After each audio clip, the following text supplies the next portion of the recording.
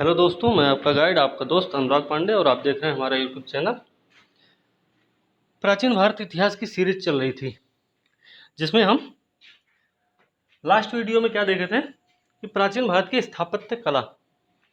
ठीक है, आज का वीडियो जो है वह दक्षिण भारत के इतिहास पर है, जो कि बहुत ही महत्वपूर्ण है। ठीक है, इसमें चोल, चालुक्य, पल्लव के बारे में पढ़ेंगे, पल्लव काल के बारे में पढ़ेंगे, मतलब संगम युग के बारे में पढ़ेंगे। संगम युग क्या है? संगम का मतलब क्या होता है? संगम का मतलब होता है संगोष्ठी। ठीक है, संगम का मतलब होता है संगोष्ठी। किसकी संगोष्ठी? कवियों की संगोष्ठी हुई है। ठीक है, तो चलिए आज का वीडियो शुरू करते हैं। वीडियो को लाइक शेयर करना ना भूलें, साथ में चैनल को सब्सक्राइब भी करें। तो चलिए शुरू करते हैं आज का वीडियो। दक्षिण भारत का इतिहास चोल, चालुक्य, पल्लव और संगम युग। तो संगम युग क्या है? एक बार प्रश्न आया था, ये जो कोन को मन्नन शब्द है, कोन को और मन्नन, कोन को और मन्नन, ये तीन जो शब्द हैं ये किससे संबंधित हैं? ये किसके लिए प्रयुक्त किए जाते थे? तो ऑप्शंस थे उसमें। तो ऑप्शन जो था वो राजा के लिए जो प्रयुक्त होता है वही ऑप्शन सही था उसमें। ठीक है, तो पहली चीज ध्यान रखनी कि कोन को मन्नन जो शब्द है वो राजा के लिए प्रयुक्त होने वाला शब्द है। कहाँ? संगम साहित्य में या संगम कालीन साहित्य में। ठीक है, आगे देखते हैं संगम का अर्थ क्या होता है। संगम का अर्थ है कवियों की गोष्ठियां, और कवियों की जो गोष्ठियां हैं उन्हीं के दौरान, उन्हीं के बाद, उन्हीं के टाइम पे क्या हुआ है कि संगम साहित्य की रचना की गई। तो संगम साहित्य की रचना कब हुई है? संगम संगोष्ठी जब होती है उसी टाइम पे जो साहित्य की रचना की गई वही क्या है? संगम काल के बारे में जानकारी देते हैं। ठीक है, आगे देखते हैं। पांड्य राजा लोग थे, पांड्य राजा लोग, वो जब थे तो उनके टाइम पे ही 3 संगम हुए थे दक्षिण भारत में।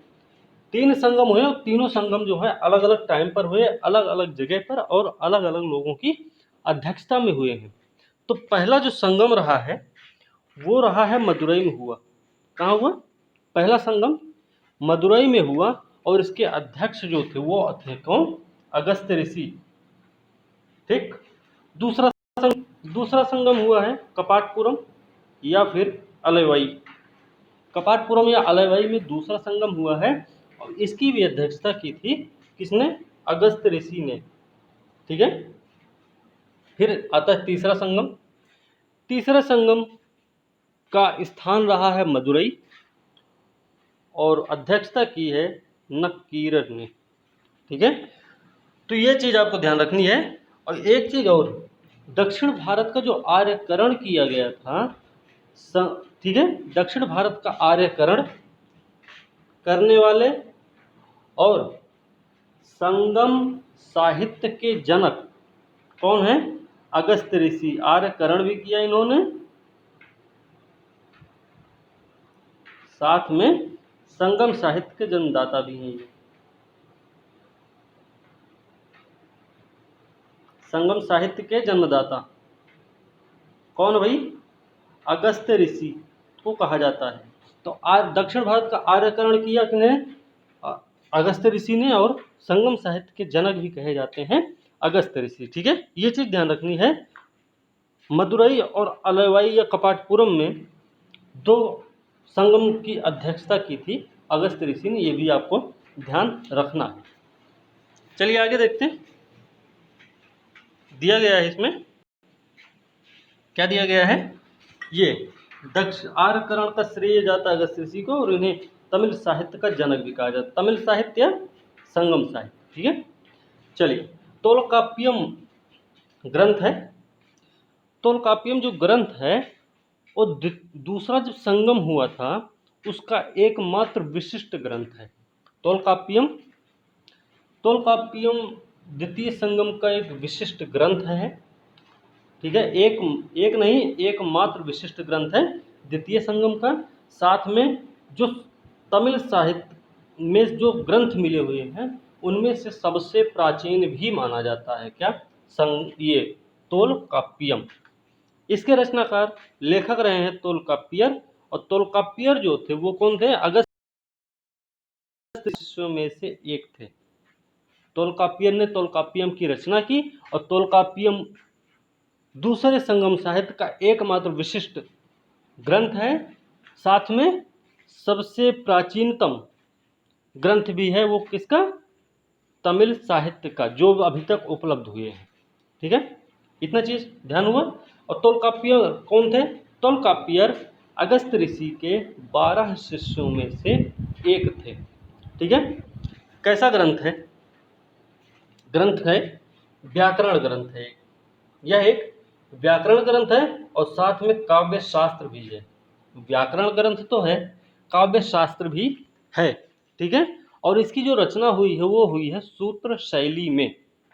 तो अगस्त ऋषि के 12 शिष्यों में से एक तोलकाप्पियर ने तोलकाप्पियम नामक ग्रंथ की रचना की, जो कि द्वितीय संगम का एकमात्र विशिष्ट ग्रंथ है। साथ ही तमिल साहित्य के जितने भी उपलब्ध ग्रंथ हैं उनमें से सबसे प्राचीनतम माना जाता है।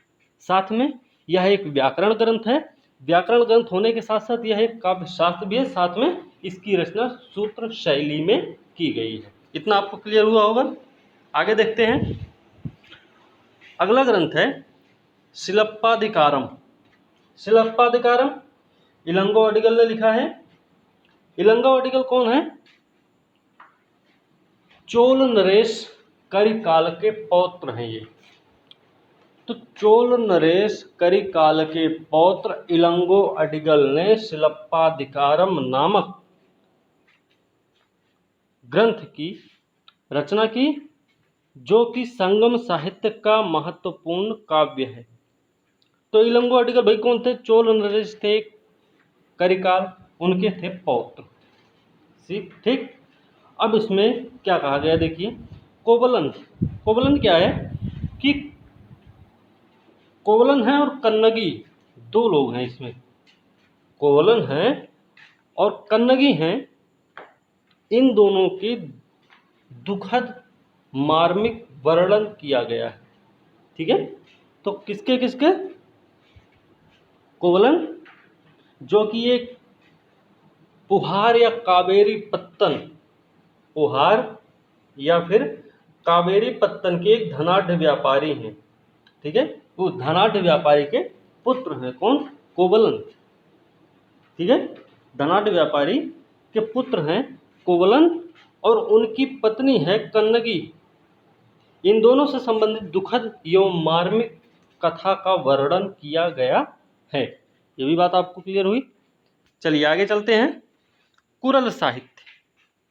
कुरल क्या भाई, कुरल जो है कुरल को तमिल साहित्य का बाइबिल और लघुवेद कहा जाता है। कुरल जो है तमिल साहित्य का बाइबिल है और साथ में इसको लघुवेद भी कहते हैं। इसके रचनाकार रहे हैं मुप्पाल, नहीं मुप्पाल नहीं रचनाकार हैं, कुरल को मुप्पाल भी कहा जाता है। तो कुरल को मुप्पाल भी कहा जाता है, तमिल साहित्य का बाइबिल है और लघुवेद भी कहा जाता है, मतलब लघुवेद की संज्ञा इसको दी गई है। साथ में इसके लेखक जो है वो है तिरुवल्लुवर। तिरुवल्लुवर ने कुरल नामक तमिल साहित्य की रचना की, जो कि तमिल साहित्य का बाइबिल और लघुवेद की संज्ञा दी गई है। साथ में इसको मुप्पाल भी कहा जाता है, और जो तिरुवल्लुवर हैं उनको ब्रह्मा का अवतार माना जाता है। कुरल को ब्रह्मा का अवतार माना जाता है। ठीक है, चलिए अब आगे देखते हैं, कुछ शासकों के बारे में भी देख लिया जाए। कुछ शासकों के बारे में भी जानना जरूरी है। साथ में एक चीज और ध्यान रखना है, इसी को कुरल को, किसको, कुरल को क्या कहते हैं, तिरुक्कुलर, कुरल,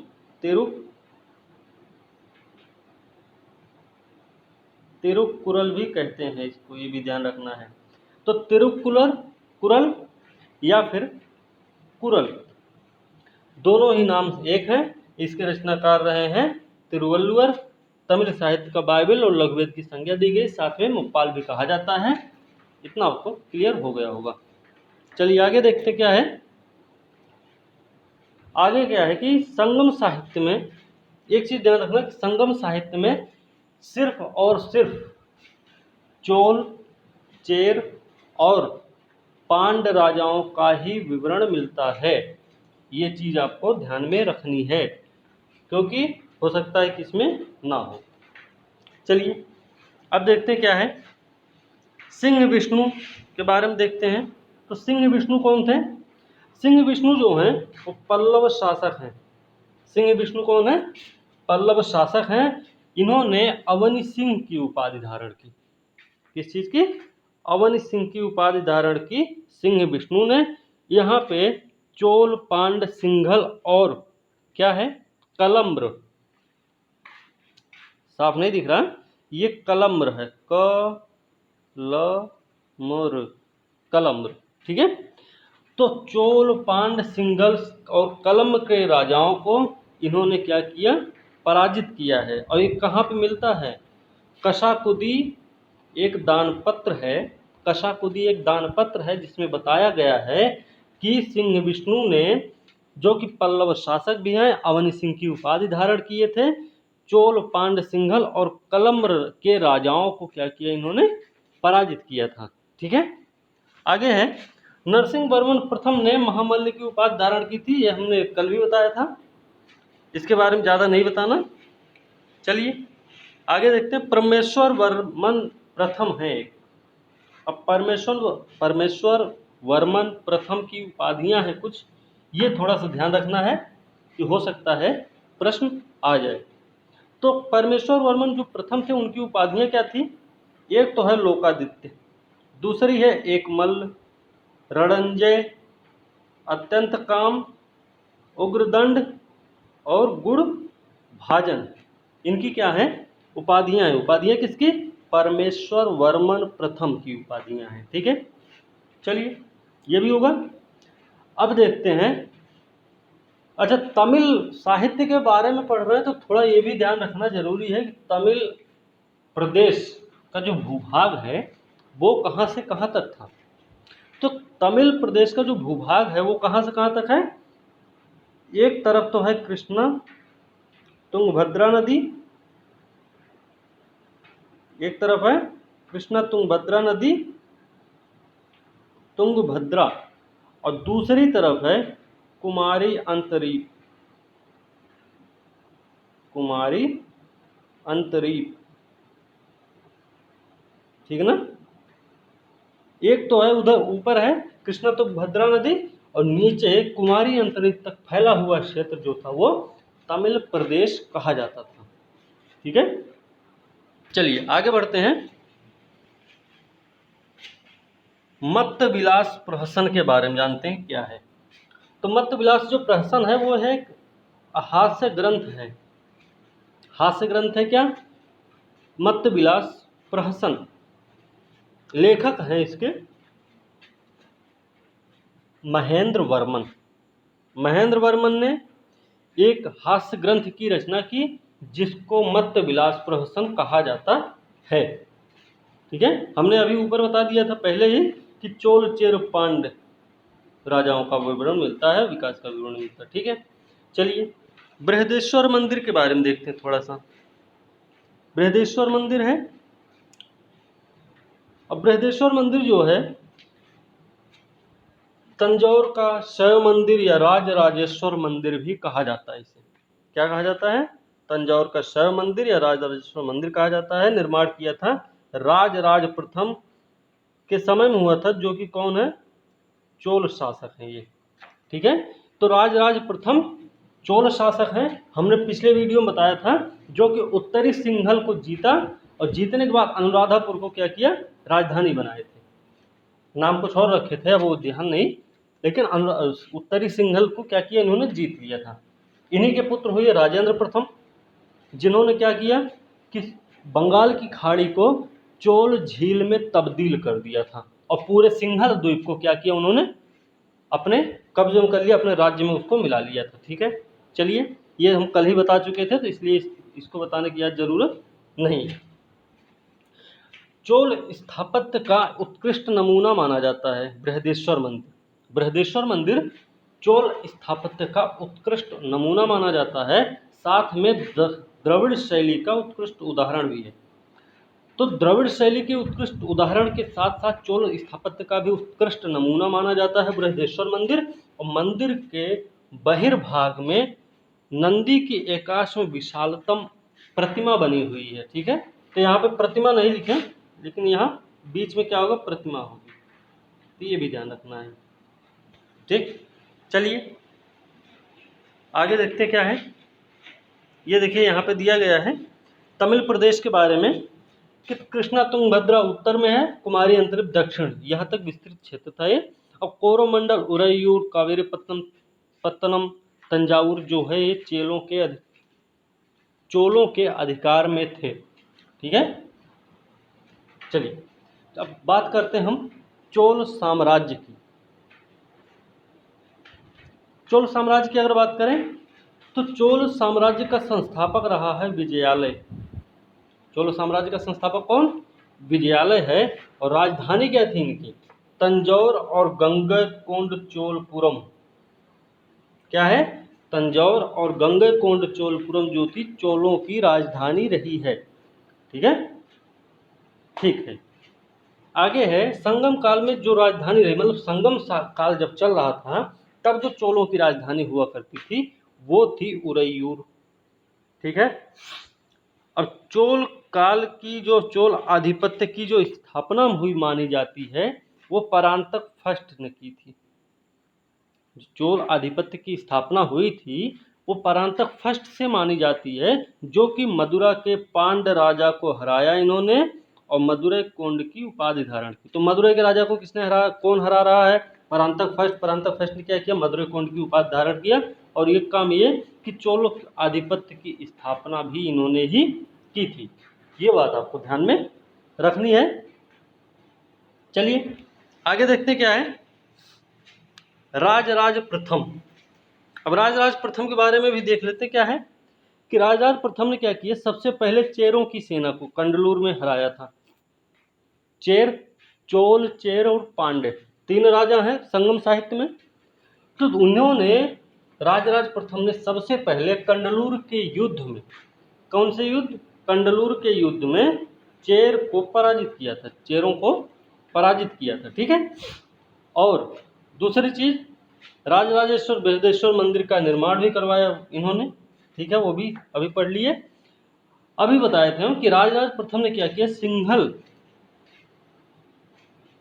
सिंघल मतलब आज का श्रीलंका, आज के श्रीलंका समय के सिंघल पर इन्होंने आक्रमण किया और उत्तरी सिंघल द्वीप पर क्या किया, इन्होंने अधिकार कर लिया और उसको अपने राज्य में मिला भी लिया। मिलाने के बाद शांत नहीं रहे, इन्होंने फिर क्या किया, इन्होंने अनुराधापुर को नष्ट कर दिया, साथ में पोलोनरुआ को राजधानी बनाया और इसका नाम रखा जननाथ मंगलम। तो भैया अनुराधापुर को नष्ट किया किसने, राजराज प्रथम ने। फिर पोलोनरुआ को राजधानी बनाया और उसका पोलोनरुआ का नाम इन्होंने रखा, क्या नाम रखा, जननाथ मंगलम, ठीक है। इतनी बात आपको क्लियर हुई राजराज प्रथम के बारे में, ठीक। आगे देखते क्या है, आगे हैं राजेंद्र प्रथम। राजेंद्र प्रथम कौन है, ये शिक्षा के महान प्रश्रयदाता हैं और इनको पंडित चोल भी कहा जाता है। शिक्षा के महान प्रश्रयदाता रहे कौन, राजेंद्र प्रथम, और साथ में पंडित चोल जो है इनको कहा जाता था। राजराज प्रथम के पुत्र थे ये, तो राजराज प्रथम के पुत्र थे। तो पिता की जो साम्राज्यवादी नीति थी, जैसे उन्होंने उत्तरी सिंघल द्वीप को अपने कब्जे में किया, अनुराधापुर को नष्ट किया, फिर पोलोनरुआ को राजधानी बनाया, नाम रखा उसका जननाथ मंगलम, उसी तरह इन्होंने भी अपनी साम्राज्यवादी नीति को क्या किया, बढ़ावा दिया। मतलब अपने पिता की जो साम्राज्यवादी नीति थी उसी पर ये चले।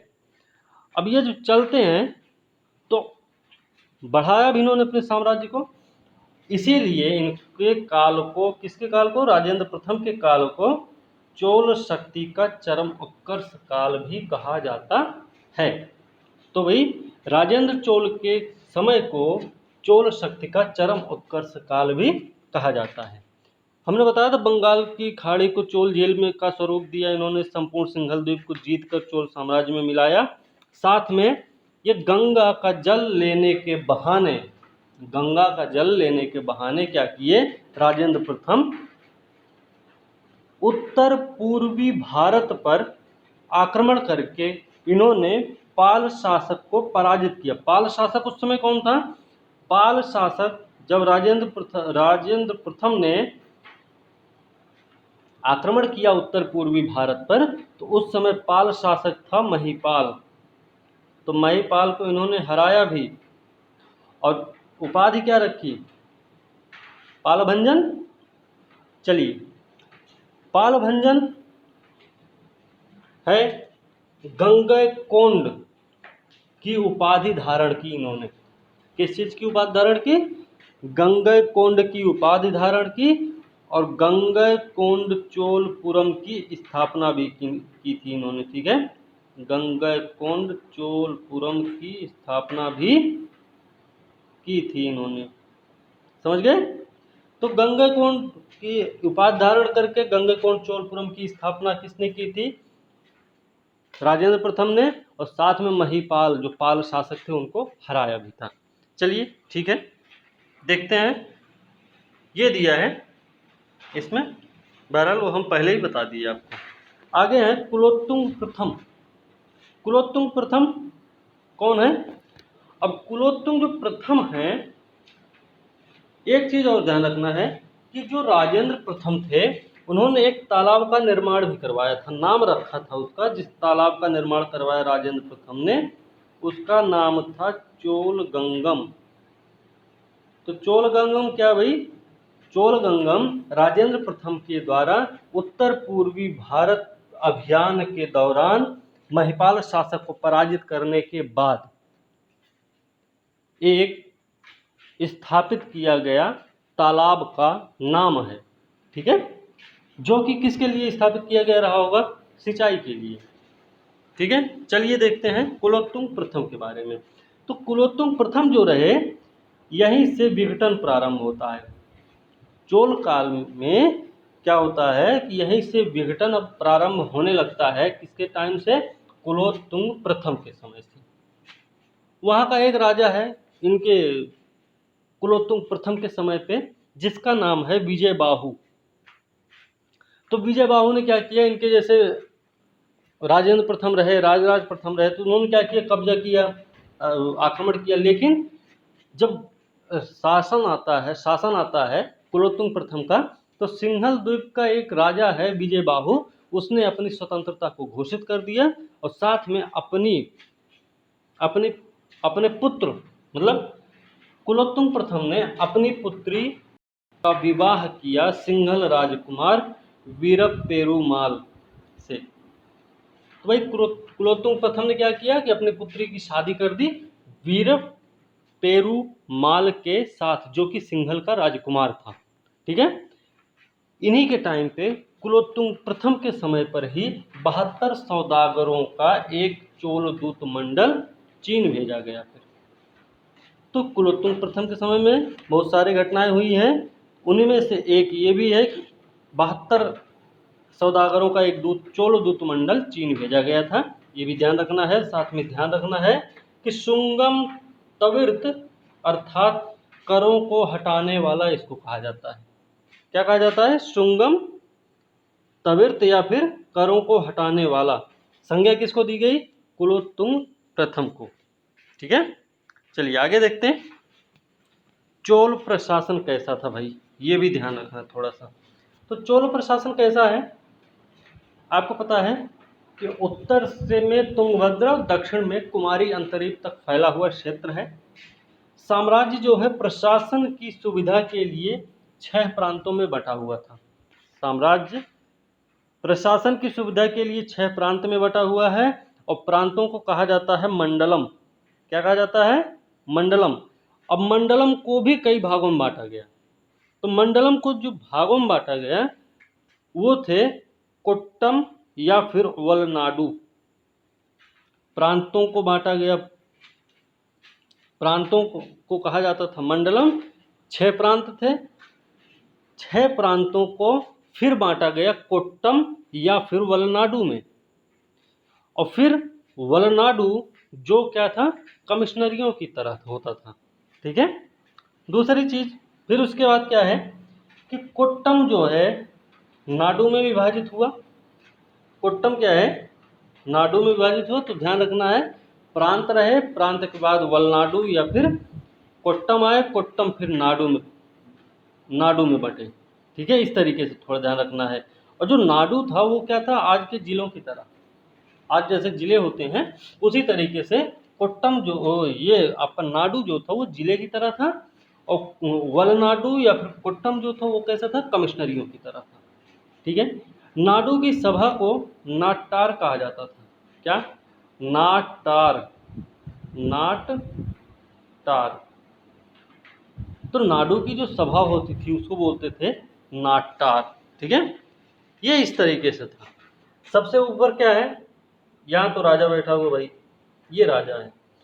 अब ये क्या है, प्रांत या मंडलम हुआ। मंडलम को कोट्टम और नाडु में बांटा गया। मंडलम या कोट्टम या वलनाडु को नाडु में बांटा गया। और नाडु जो था वो क्या था, ग्राम संघ हुआ करता था।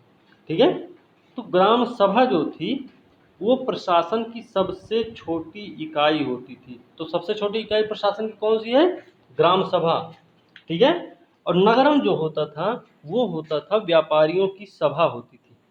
ध्यान रखना है, नगरम जो था वो व्यापारियों की सभा थी। और गांव को, ग्राम संघ को क्या बोलते थे, कुर्रम कहा जाता था।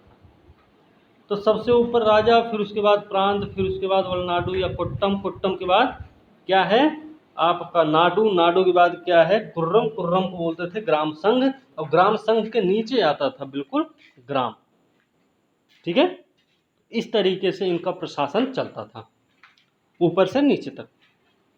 ठीक है, चलिए, ग्राम प्रशासन में जो ग्राम सभा की कार्यकारिणी समिति होती थी उसकी कार्य प्रणाली का विस्तृत विवरण उत्तर मेरूर अभिलेख में मिलता है। जो ग्राम प्रशासन में ग्राम सभा होती थी उसका जो काम करने का तरीका होता था, उनकी जो कार्यप्रणाली होती थी, वो उसका विवरण जो है उत्तर मेरूर अभिलेख में मिलता है।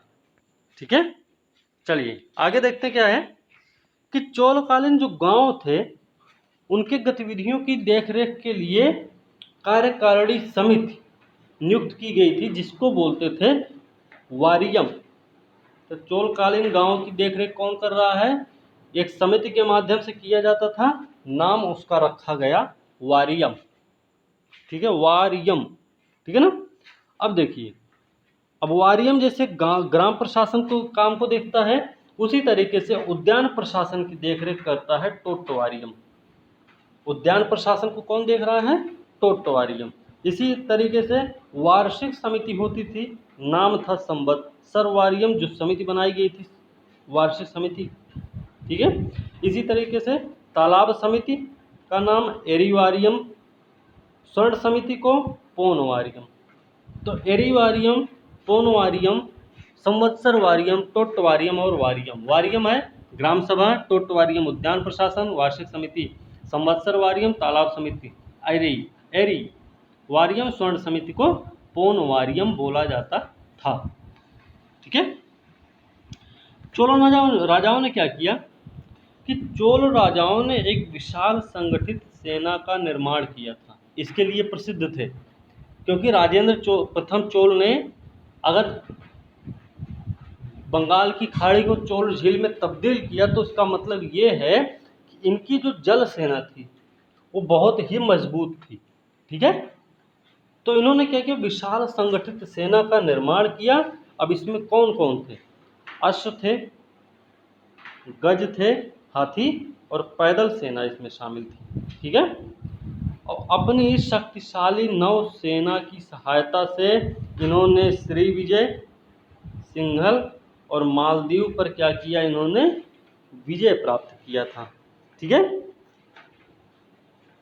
अब आगे क्या है कि चोल राजा अपने जीवन काल में ही युवराज का चुनाव कर लेते थे। ये प्रश्न आ चुका है, यही नहीं प्रश्न आया है। ये जो वारियम हमने अभी बताया आपको, पोनवारियम, अरिवारियम, टोटवारियम, ये सब क्या है, इन सब के बारे में भी प्रश्न आ चुका है पहले, तो थोड़ा सा ध्यान रखने की ज़रूरत है आपको। ठीक है, एक चीज़ और, चोलों ने क्या किया था, चोलों ने शिव की दक्षिणा मूर्ति, सॉरी, शिव की दक्षिणा मूर्ति प्रतिमा स्थापित की। शिव की दक्षिणा मूर्ति, दक्षिण मुखी या दक्षिणा मूर्ति प्रतिमा स्थापित की। और ये दक्षिणा मूर्ति जो प्रतिमा है, प्रश्न आ चुका है यूपीएससी में, ये कि दक्षिण मुखी जो शिव की प्रतिमा है वो किसका संकेत करती है, तो वो जो है गुरु का संकेत कर रही। वो उन्होंने क्या किया, उस दक्षिण मुखी दक्षिणा मूर्ति प्रतिमा को गुरु के रूप में स्थापित किया था। ये चीज भी आपको ध्यान में रखनी है। चलिए आगे देखते हैं। अब चोल साम्राज्य के अंत की अगर बात करें तो अलाउद्दीन खिलजी का एक सेना नायक था, नाम था मलिक काफूर। तो मलिक काफूर ने क्या किया, जब दक्षिण विजय का अभियान इनने छेड़ा, तो उसी समय इन्होंने चोल साम्राज्य को का अंत कर दिया था। ठीक है, और इसका स्पष्ट वर्णन मिलता है अमीर खुसरो की ये किताब है जिसका नाम है खजाइन उल फुतूह। तो अमीर खुसरो की किताब है खजाइन उल फुतूह में चोल साम्राज्य का अंत अलाउद्दीन खिलजी के सेना नायक मलिक काफूर के द्वारा किया गया है, ऐसा उसमें बताया गया था। ठीक, अब देखते हैं चोल कला।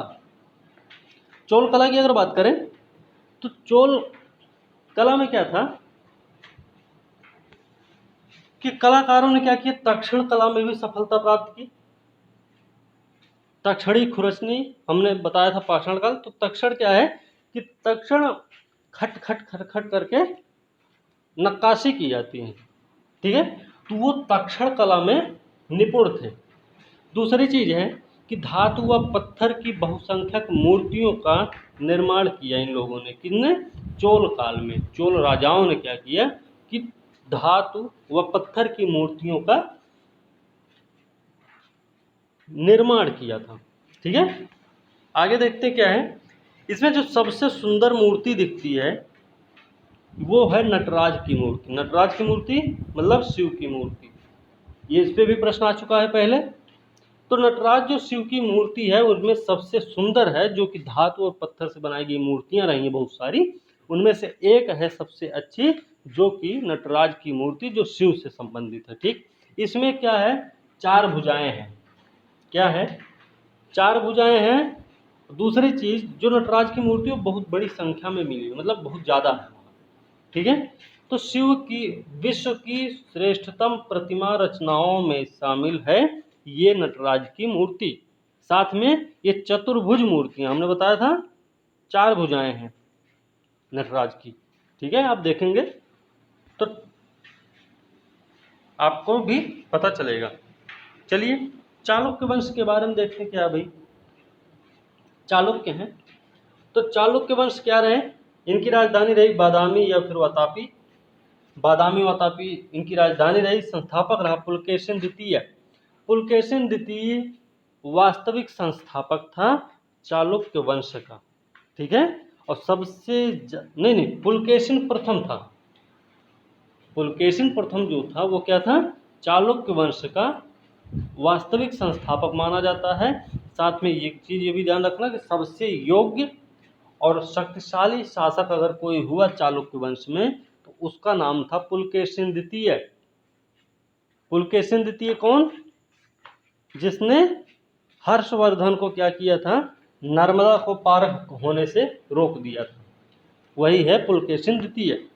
ठीक है, इसमें देखिए पुलकेशिन द्वितीय जो सबसे योग्य और शक्तिशाली था, इसके बारे में ऐहोल अभिलेख में पता चलता है।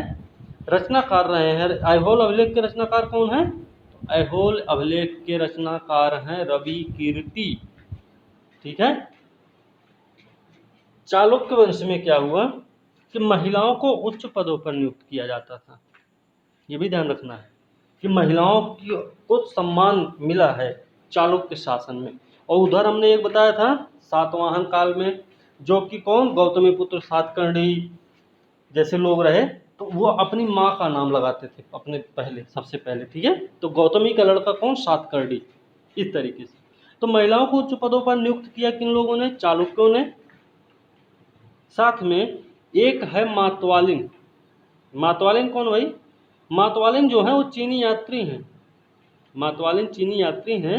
इन्होंने चालुक्यों के शासनकाल में चीन और भारत के संबंधों का वर्णन किया है। चीन भारत के संबंधों का वर्णन चालुक्यों के शासनकाल में किसने किया है, तो नाम है मातवालिन। ध्यान रखना। चलिए आगे देखते हैं क्या है। अब देखते हैं अरिकामेडु एक है। क्या है अरिकामेडु, अरिकामेडु जो है वो आपके पूर्वी तट पर कोरोमंडल, पूर्वी तट पर है और कोरोमंडल तट पर है, स्थित है। कहाँ पे है, कोरोमंडल तट पर स्थित है अरिकामेडु। ठीक है, साथ में पेरिप्लस में इसको पोडुक्के कहा गया है। अरिकामेडु को पेरिप्लस ऑफ द एरिथ्रियन सी नामक किताब में पोडुक्के नाम लिया गया है, पोडुक्के बताया गया है। ठीक है, दूसरा है ईसा की जो प्रारंभिक शताब्दियां थी उस समय यहाँ पे रोमन बस्तियां हुआ करती थी अरिकामेडु में। तो ध्यान रखना कि ये प्रश्न भी आ चुका है कहानी के रूप में कि यहाँ पे इधर उधर हम रोमन बस्तियां देख सकते हैं। फिर पेरिप्लस में पोडुक्के नाम से विख्यात था, जो कि चोलों के समय का प्रसिद्ध क्या है, स्थल है, चोल या चालुक्य के। तो आपको पता होना चाहिए नाम है उसका अरिकामेडु। ठीक है, तो ये पहले भी आ चुका प्रश्न, तो इस तरीके से थोड़ा ध्यान रखना है। अब यहाँ से क्या होता था, यहाँ से शराब के कलश मिले हुए जो दो हत्थे वाले हैं अरिकामेडु से शराब के कलश मिले हुए हैं जो कि दो हत्थे वाले हैं। ये यहाँ से रोमन लैंप, रोमन ग्लास भी मिला हुआ है। तो ध्यान रखना है कि ये अरिकामेडु के बारे में बताया जा रहा है, जिसको पेरिप्लस ऑफ द एरिथ्रियन सी में क्या कहा गया, पोडुक्के। ठीक है, एक है एम्फोरा जार। यह भी प्रश्न आ चुका है एम्फोरा जार के बारे में। लंबी संकीर्ण गर्दन वाला, दो तरफ से हत्थे लगे हुए, ऐसा कुछ है ना। देखते हैं क्या है। देखिए एम्फोरा जार है, तो एम्फोरा जार क्या है भाई, लंबी संकीर्ण गर्दन वाला एक बर्तन है जिसमें दोनों तरफ हत्थे लगे हुए हैं। ठीक है, प्राचीन काल में इसका प्रयोग किसके लिए होता था, तेल व शराब को रखने के लिए। ठीक है, तो तेल व शराब को पहले से भी सहेजा जा रहा था, तो तेल और शराब को रखने के लिए एम्फोरा जार का प्रयोग करते थे, जो कि संकीर्ण लंबी गर्दन वाला तो हत्थे वाला जार था। ठीक है, एक है कंबन, कंबन, टिक्कन, नन्नय, इन सब का नाम सुना होगा। तो कंबन जो है उन्होंने तमिल रामायणम या फिर रामावतारम की रचना की है। इसका टाइम पीरियड रहा है 12वीं शताब्दी।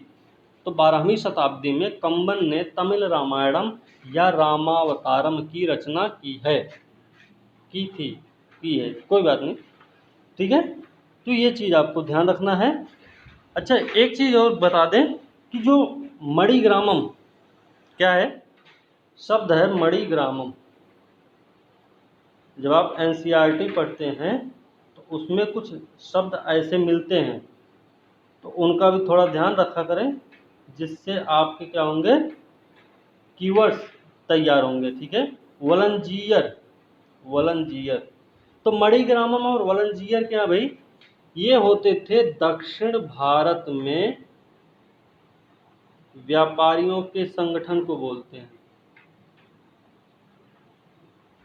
ये प्रश्न आ चुका है मणिग्रामम के बारे में, ठीक है। वलंजियर पे अभी तो नहीं ध्यान है, लेकिन हो सकता है प्रश्न फिर से आए। तो व्यापारियों का संगठन था वो भी दक्षिण भारत में, जिसको मणिग्रामम और वलंजियर बोलते थे, ठीक है। चलिए अब देखते हैं आगे है उरैयूर के बारे में। उरैयूर क्या भाई, उरैयूर जो है वो कावेरी नदी के तट पर स्थित है। कहाँ पे है, तमिलनाडु में है, कावेरी नदी के तट पर स्थित है उरैयूर। उरैयूर हमने क्या बताया था, संगम काल में चोलों की राजधानी हुआ करता था उरैयूर, जो कि तमिलनाडु में कावेरी नदी के तट पर स्थित है, ठीक है। तो संगम कालीन प्रमुख नगर था ये। अब पता चला कि संगम कालीन प्रमुख नगर था, तो चोलों ने इसको अपनी राजधानी बना रखी थी जब संगम काल चल रहा था, ठीक है। तो कारी और वाराणम नामों से भी प्रसिद्ध है ये। इसको कारी भी बोलते हैं, वाराणम भी बोलते हैं इसको, ठीक है। तो सूती वस्त्र का बहुत बड़ा केंद्र था, और यह चीज़ आपको पेरिप्लस ऑफ द इरिथ्रियन सी में मिलेगा। पेरिप्लस ऑफ द इरिथ्रियन सी में बताया गया है कि उरैयूर जो था वो सूती वस्त्र का बहुत बड़ा केंद्र था, ठीक है। चलिए अब देख लेते हैं पांड्य राज्य के बारे में भाई। अब पांड्य राज्य के बारे में कैसे देखते हैं क्या है।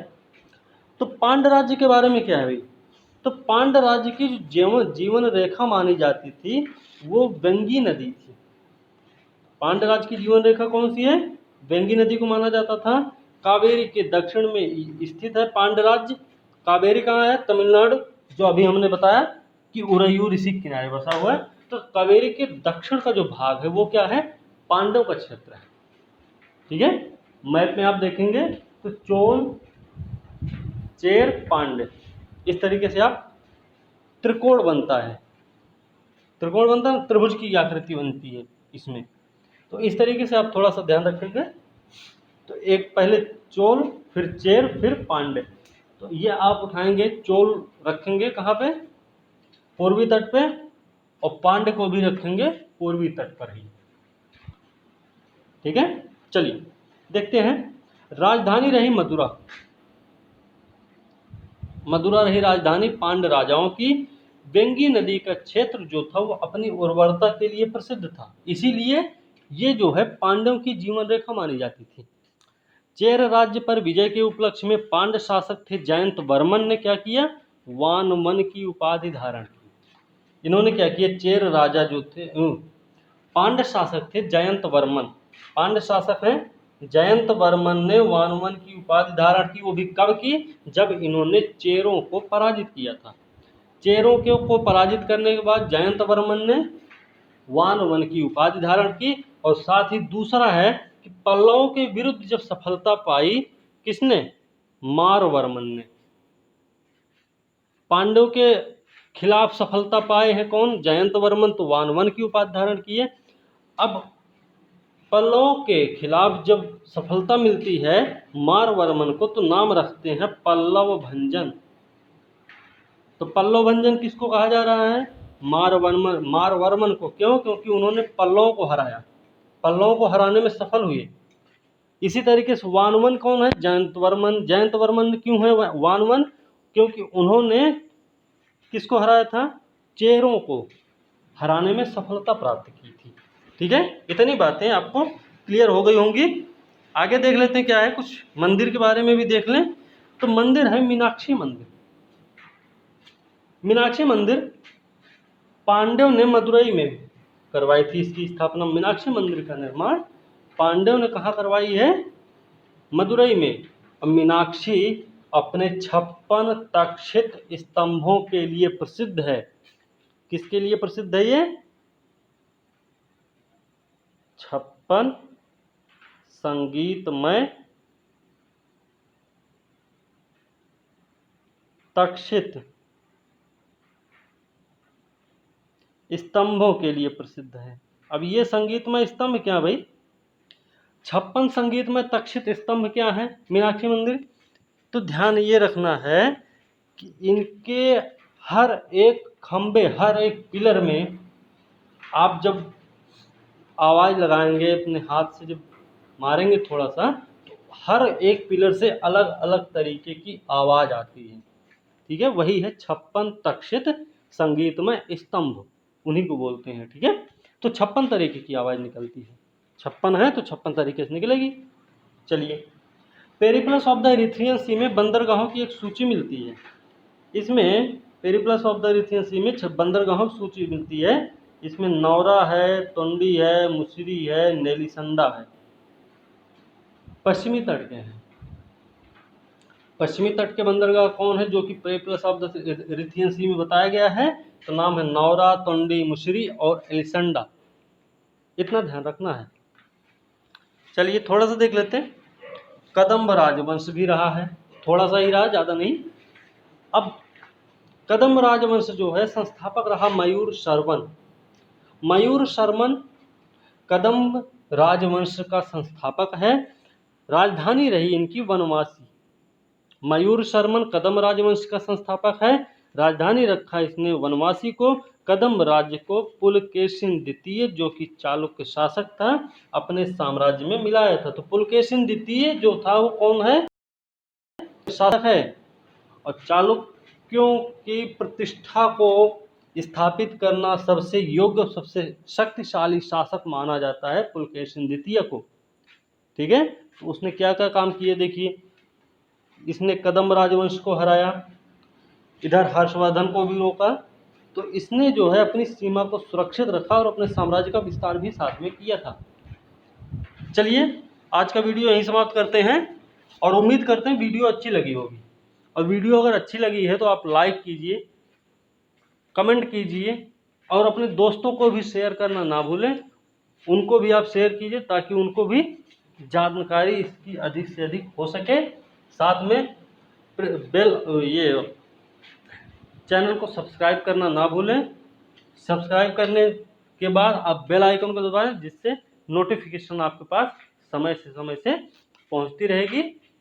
और अगर कुछ भी आपको लगा तो आप कमेंट करके हमें बता सकते हैं। तो हम क्या करेंगे, अगर कमेंट करके आप बताएंगे कुछ गलत है, कुछ गलती हुई है, तो उसको सुधारने का प्रयास किया जाएगा। तो चलिए आज का वीडियो यहीं तक, फिर कल मिलते हैं अगले वीडियो के साथ। तब तक के लिए धन्यवाद।